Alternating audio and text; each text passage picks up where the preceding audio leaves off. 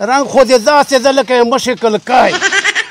دا له 70 لکه 80 لکه ورته ومې ویل چې دغه لسې کسانو سره جوس چیګوه لکه چین چې سپیشل کې داسې مو جوس سپیشل کو خدای وایي چې د ګورنر وباسه کانه واغه پڅنګړې به پاڼه واغه ویلې چې دمرا برېت یې لکه هغوی ښکر دا څه شی دی بولو یم ځکړې دي که مو نوم صبر خان ده د کور نوم چې کوم ده صبر شاپینګ سنټر په نوم باندې ده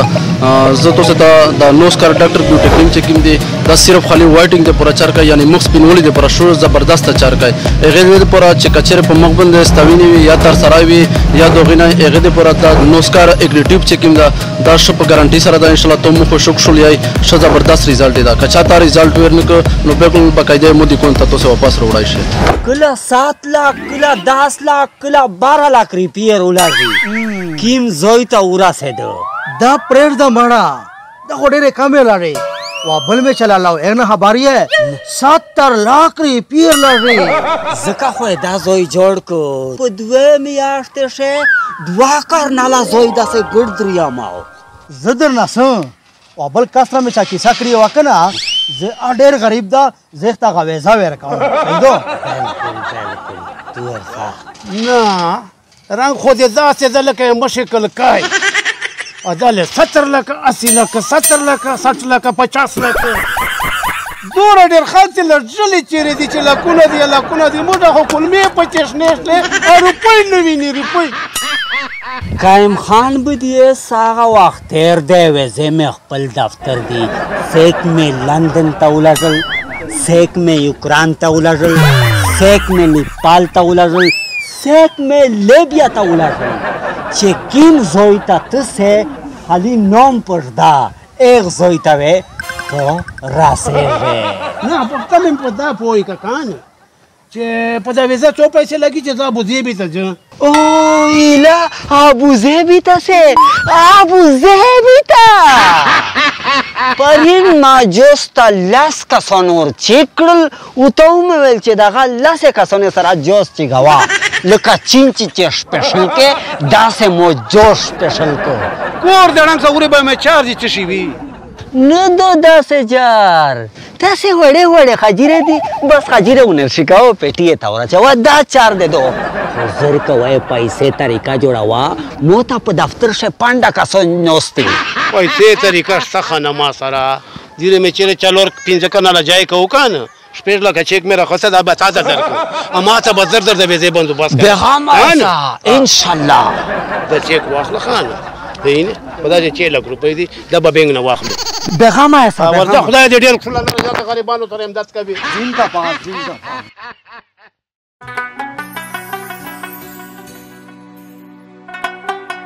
دا شپېږمه میاشت ته چې زه په هغه کلکي غوندې رنګ نه ده هغه پکې ګرځم 6 لک روپۍ راخوتې دي وایي چې ویزه درته جوړوم اوس زه پکې جان راځم کلکای مو نه ویلې داسې دو چې په وخی باندې کس نه ده پیرې کړه د تو بار څرنګه لاړې ما خو چې تا ډیوال د څه ورسره ولاړ وې چې 70 लाख یې راوړې د کور یې جوړ کړ 80 लाख یې راوړې 5 लाख یې راوړې 5 लाख یې راوړې داسې خلک پاکستان نه ورکړل سعودیا ته ما خو تا که په خوله باندې اعتبار وکړو اوس به پسې ګرځم دا د قایم خان به دې نه پیسې وایي زه هغه مرواتې ما دې خدای وایي چې د ګورنر وباسه کانه واغه پڅنګړې به پاڼه واغه چې دای به د بنو نه جوړ کوم دا به ډېر خلکو کړي خو زه به یې ورکوم سړی در پسې راغله و داس دمره په غوسه ده دمره په غوسه کامندي کړی کېدای چې تر ازراب دی وایي ډېر خلک مې دوکا کړو دا ډېر خطرناک مطلب شي ویلې چې دمره برېت یې لکه هغوی ښکر داسې کوه چې ځون وباسه ځون چې و دې نه ویني زر کوه ورغه څوک ولاړ دی چې هغه کلکای ده او بل دي که څه ځون وباسه هغه په دې راونه ځون وباسه در کوه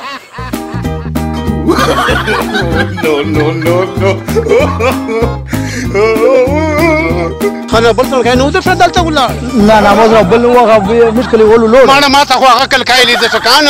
او رستنه وم سره ولاړ شاده سه وکړه چې څنګه غلا چې په پی د کپ کې صابون نه څنګه مې پوي کې چینه دلته بشنه درشنه له کپڑے مې بیل مزه ډکان په څه کاله باندې چینه ډکان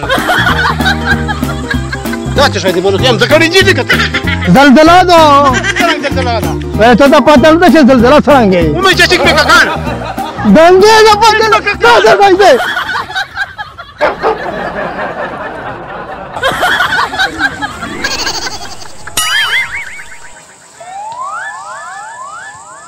درته وایم کنه زه به په زندګۍ چې داسې سړي باندې بیا اعتبار نه وکړم اما تاسې پکوو چې پېژنو یې نه کنه دوره غټ ځان ورلاندې کوو داسې حالات به مې لکه ما فی سبیل الله وخوړې خدای مې زندګۍ ته خیر کنه زه مړ